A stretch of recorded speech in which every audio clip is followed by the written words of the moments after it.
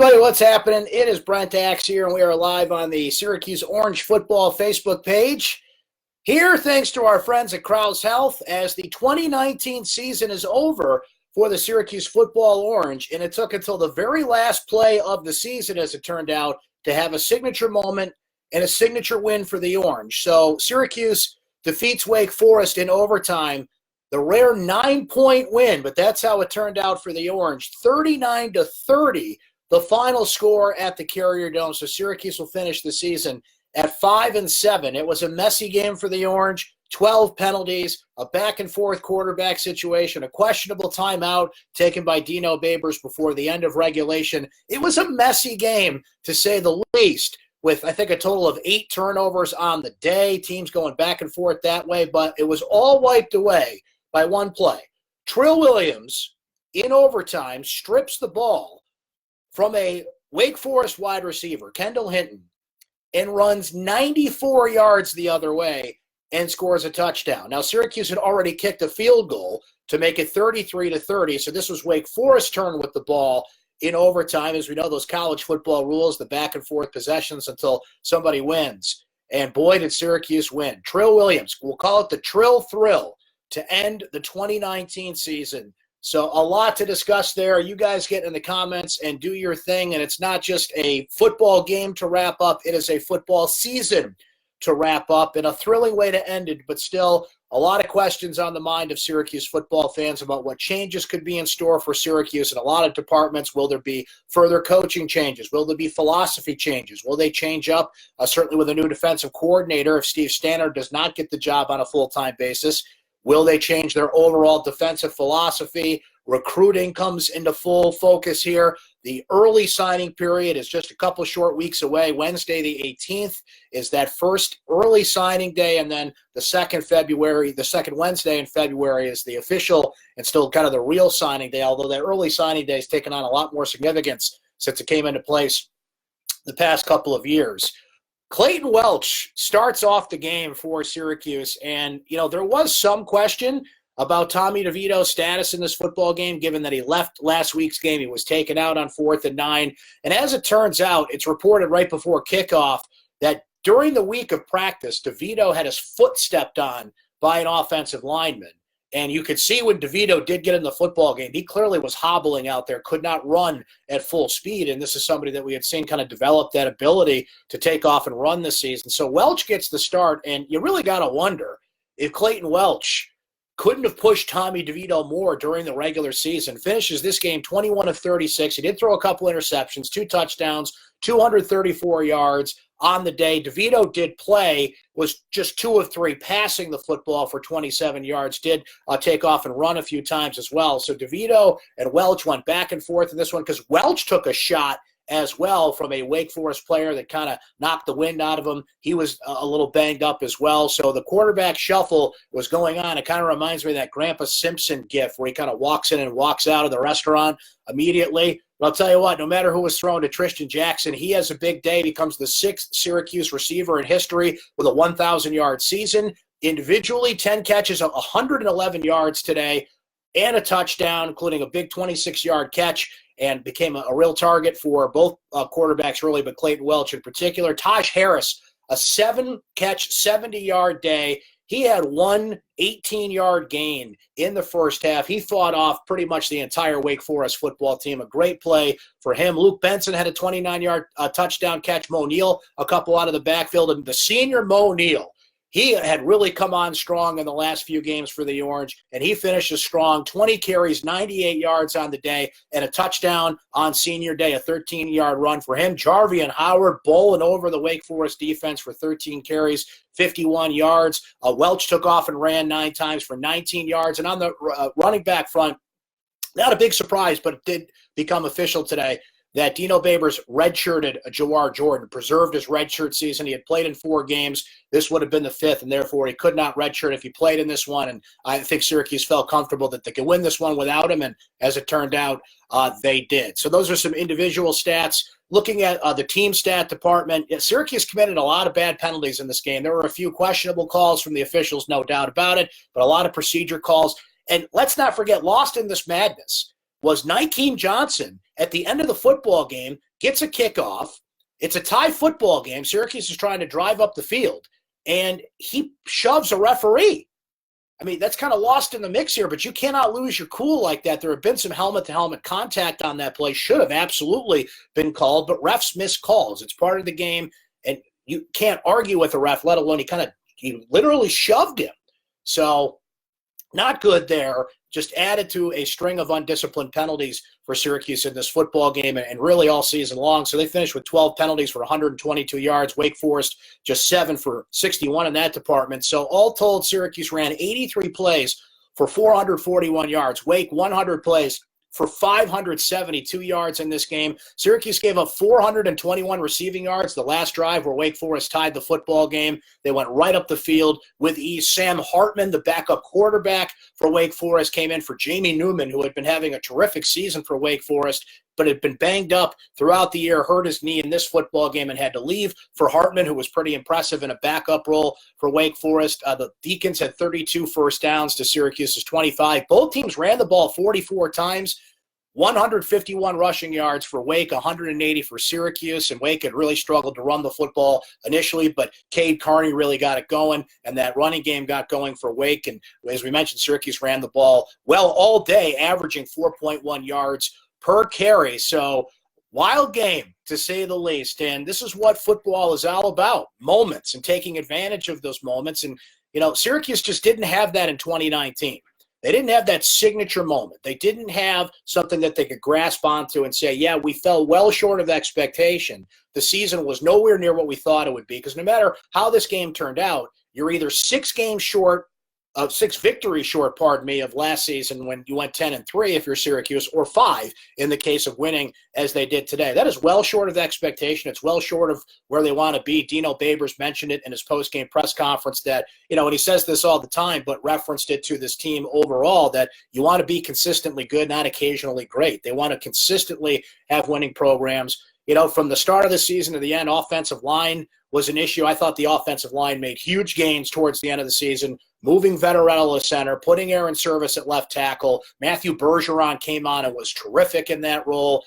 You've got pretty much that entire offensive line short of one guy coming back next season. Tommy DeVito comes back next season. I think Syracuse still needs to aggressively pursue a JUCO quarterback, and or get a score in recruiting there to push DeVito for really one of two reasons. One is to bring the best out of him and make him the starter and really grab that starting role, something he just couldn't do all year for a number of reasons. Offensive line, he had some injuries right up to the very end. Or 2, that quarterback comes in and wins the job. Because Clayton Welch showed today that maybe he could have won the job in a different circumstance, right? I mean, Welch does have some shortcomings, no pun intended, in the short passing game. He's got some faults in decision-making. There were some turnovers in this game. He threw 2 interceptions, easily could have thrown 4, but was DeVito that much better? I think Dino, really went all in with Tommy DeVito, trying to make him work. It's his quarterback. It's his 4-star recruit, but I don't think DeVito really grabbed that job at all this season. So that competition, I think, is open going into the spring and through next year. But that depends on who they bring in to push him, because I don't think Rex Culpepper or David Summers, as it stands with Welch now leaving, can beat out DeVito. So we'll see where the quarterback position goes there. But, boy, what a game. And a season just that didn't have anything. 2016, Syracuse went 4-8 in Dino Babers' first season, but at least they had that win over Virginia Tech and the speech that had gone viral, and people were starting to feel great about Syracuse football. Again, the 2017 season, same record, but you beat Clemson and nearly beat LSU in Miami. And again, the feeling was something was building, right? The 2018 season last year speaks for itself. 10-3, Camping World Bowl. Everything Syracuse football fans wanted this program to be, again, back in the top 25 rankings, and pretty much every box you could check. Eric Dungy with one of the more special seasons we've seen from a Syracuse quarterback ever. And then you hand it over to 2019, and the expectations were high. Maybe we set them a little too high, but you had a quarterback who had been groomed to every way possible in Tommy DeVito. You had skill position players on offense that looked good. You had a defense that's got, Alton Robinson and Kendall Coleman are going to get NFL opportunities. Andre Sisco was an All-American safety coming back and had a couple of great plays in this game to add to his just sterling career that he is putting together for Syracuse. And no pun intended, Sterling Hoffrichter, an NFL-level punter, right? There were talent spots everywhere on this team that made you believe that, maybe 9-3 again would be hard to match, but at the very least 7 or 8 win season only ended up being 5. And, we kind of saw why as the season went. So look, you're only as good as your last moment in your last game. What have you done for me lately? And I think that good feeling going into the offseason was needed for this football team because it was otherwise kind of a lost season. Syracuse found meaning to the 2019 season on the last play of the season. And it adds to some pretty wild last games that we've seen in recent years. You go back a couple years to the Pittsburgh game, 76-61, a game that Syracuse lost, but they were part of history. 2015. That game didn't mean anything, right? But we knew it was Scott Schaefer's last game, and he got carried off the field on the team's shoulders. A thriller against Boston College in 2013 came right down to the last play. Also a season that, Syracuse ended up making a bowl game and went 7-6 and went to the Texas Bowl, but got there by the hair on their chinny chin, right? You go to the Diamond Ferry game in 2004 when he single-handedly beat Boston College. Syracuse played Notre Dame in the last game of the 2003 season, and Walter Reyes had 5 touchdowns in that game. In the Greg Robinson era, a whole lot of end-of-season losses, even in the Doug Marrone era when they went to a couple of bowl games. Not a lot of, signature end-of-the-season games. So at least Syracuse gave us this, right? They gave us a messy game, but a moment that'll override almost every messy play and moment that we saw in that football game. So what do you say we hop in the comments and see what you guys are saying? Really appreciate you hopping in here today on the Saturday afternoon. Hope you all had a terrific Thanksgiving, by the way, as we're now well into the holiday season, Christmas and Hanukkah and everything else just around the corner here. Let's see. Brian starts things off moments ago here in the chat, said a few mistakes and penalties on the year was the difference between 30 more practices and a season ending in November. That's the bummer of the bowl game. It's not just the status and the feeling of it. It's the extra practices. And boy, Syracuse looks like they could use those extra practices. They're losing 7 starters on defense. So they've got to incorporate whoever steps up there and, of course, what they get in recruiting and on the JUCO level as well. Blake asking 4th and inches, why can't we quarterback sneak? Absolutely agree with you, Blake. That's one of those warts that gets covered up from this game, but I was befuddled that you have a 6'5 quarterback who's also in there for his mobility, and they don't quarterback sneak once, nor do they run the ball with Chris Elmore. I mean, you got Rhino in there. I like Jarvian Howard. I like his attitude. I like that he was knocking over defenders, but either you mix it up there or where's the play action of the tight end? So that's something I questioned during the game, and I think it's fair to question it, and that's one of the big questions that people have. I see some of you mentioning it here in the comments, and will Mike Lynch return as the offensive coordinator?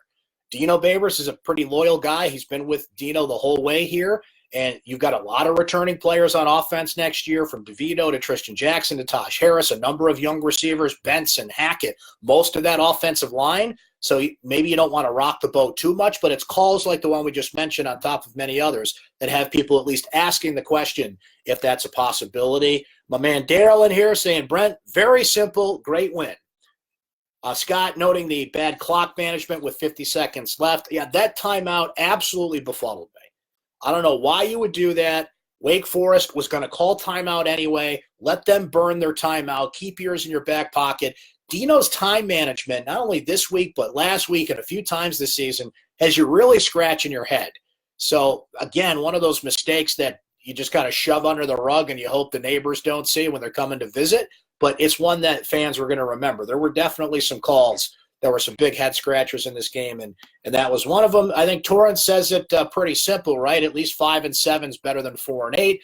Jim noting that Brent game management, 2 personal fouls by Alton Robinson, Johnson shoving the ref, 13 penalties, ill-advised timeouts. Hopefully Wild Hack will sit down with Babers and get to the bottom of this team's undisciplined play. Fair comment there. Kyle saying, Blake, you must not have watched the Greg Robinson era. Yeah, I think people quickly forget how bad it was then. I can't believe I just said Voldemort's name. He who shall not be named. Like, it's a black hole of a 4-year period. We just don't want to mention, right? But yeah, that was bad. This wasn't good in a lot of ways, and falling short in the undisciplined play that you mentioned. But the G-Rob era, I get cold chills up my spine, and not in a good way. Not in a good way whatsoever. Roxanne said it was an interesting game. Glad they pulled it out in the end in a good way to close it out. That's for sure. And I saw that my colleague, Stephen Bailey, put this out there on Twitter. Apparently, Trill Williams had a very similar play at high school as well. I think the video is floating out there on Stephen Bailey's Twitter feed if you want to check it out. Very similar goal line strip up the field the other way. 94-yard play. And by the way, if he pulls a Leon Lett there, and by the way, how about those Bills? How about those Bills? They're for real, kids, but we won't get into that. And I thought of it because of Leon Lett in that Bills Super Bowl, which didn't go their way, so let's just stop talking about them. But no, if Trill Williams dropped the ball, then Wake Forest gets the ball wherever he drops it and still has the football. So it's one of those college football overtime is weird. I'm not the biggest fan of it, the back and forth nature of it, but Syracuse certainly took advantage of the situation today. The best thing to do there, if you're Trill Williams, is just fall down, right? Because you preserve the lead and you win. But, I mean, we'll take that. That moment will last forever. When you see end zone in front of you, when you see glory in front of you like that, that's what football is all about, man. You go for it, and in this case, it paid off for him. A few more of you mentioning John saying 100% right that T.O. could have cost Syracuse the game. Yeah, I just don't know why you give the other team that opportunity. And, you know, Dino mentioned in the post-game press conference how much he enjoys going back and forth with Dave Clawson. By the way, Dave Clawson, he is the Buzz Williams of football coaches. That guy never stops complaining, always in the ref's ear. And some people have even said this about Dino, that he's not passionate enough on the sideline. And, you know, look, my answer to that is always this. Watch Bill Belichick on the sideline, okay? And I'm not comparing Dino to Belichick, but what I am saying is I want the guy that's calm. I want the guy that's thinking 2 steps ahead.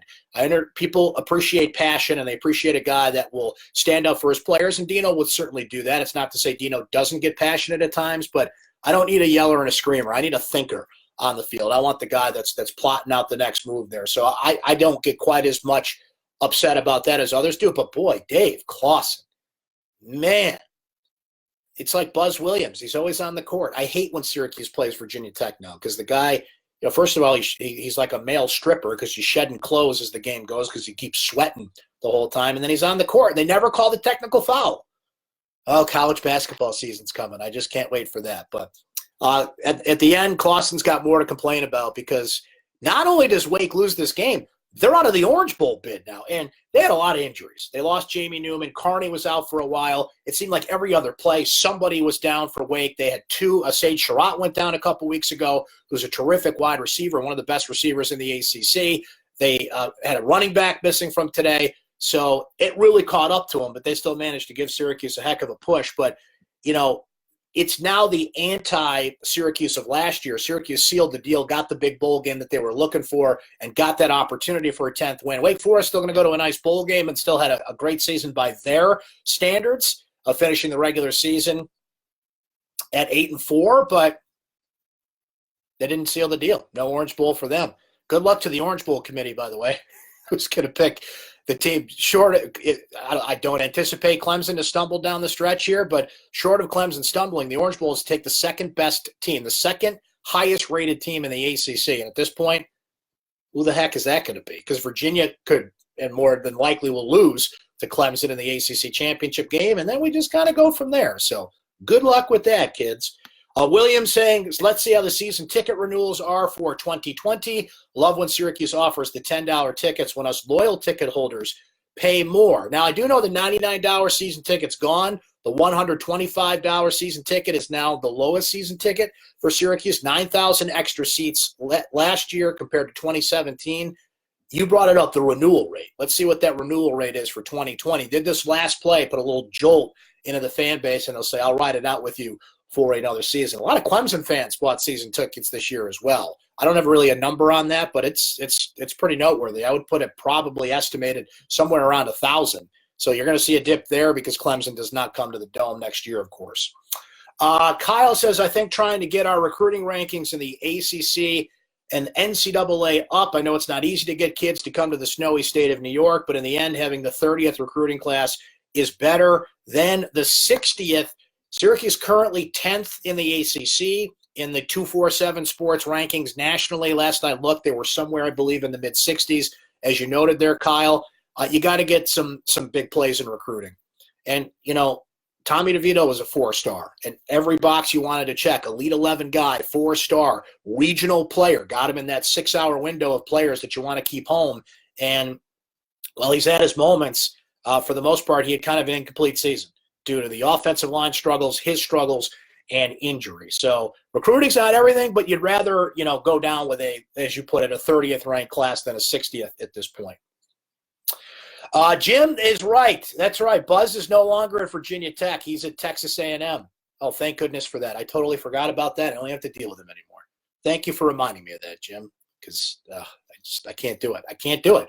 So now I don't have to watch him. I had to when he was at Virginia Tech and playing Syracuse in the ACC. Now that he's gone, I don't have to put up with it anymore. Thanks for that reminder. Totally forgot that Buzz Williams had departed for Texas A&M in the offseason. And speaking of which, that's going to put a close on our football chats.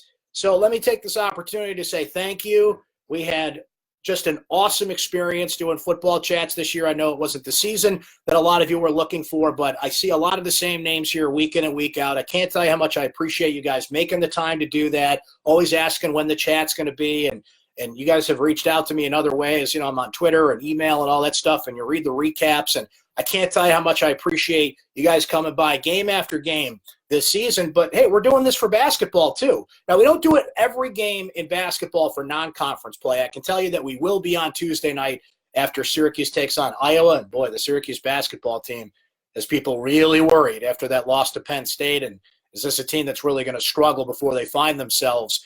It'll be interesting to follow one way or the other. So please come back for our basketball chats. I can tell you we're going to have live chats for the next 3 games. December 3rd, Iowa, December 7th, Georgia Tech, and the 14th, I believe, correct me if I'm wrong, against Georgetown. And then we'll probably take a couple of those non-conference games off for the holidays. And then but for every ACC game, we will be here live on Facebook over on the basketball page, chatting after every game. We do archive this on YouTube, and I pop it in my recap, but all you got to do is find Syracuse Orange Sports on YouTube if you want to watch it on your time. But it was great for you guys to come by and have some fun with us after every game. I really enjoyed doing this, and I know that you guys enjoyed coming by. So thank you. Thank you so much for doing that for football. But now we roll into basketball full time. So thanks to our friends at Krause Health as well for sponsoring this, and they'll be along the ride for basketball as well. Really enjoyed it. I know it wasn't the season you guys were looking for. It's an intriguing offseason, to say the least. What changes will be made, what happens in recruiting, and how Syracuse gets back to, as Dino Babers put it, being consistently great after a dip this season. After look, the mark is 4-8, 4-8, 10-3, 5-7. What does 2020 bring? You're kind of, as Yogi said, you're at a fork in the road. So which way are you going to go? I believe that's what he said, right? Something like that. When you're at the fork in the road, take it. Well, what direction will Syracuse go in 2020, the 5th year under Dino Babers? We start to answer those questions very soon. But in this case, the 2019 season ends with the thrill from Trill, a 94-yard touchdown return, and Syracuse finishes 5-7 with a 39-30 victory over Wake Forest. Thanks, you guys, so much. We'll be chatting during basketball season as well. This has been Facebook Live, Syracuse Orange Football. We'll talk to you guys again soon.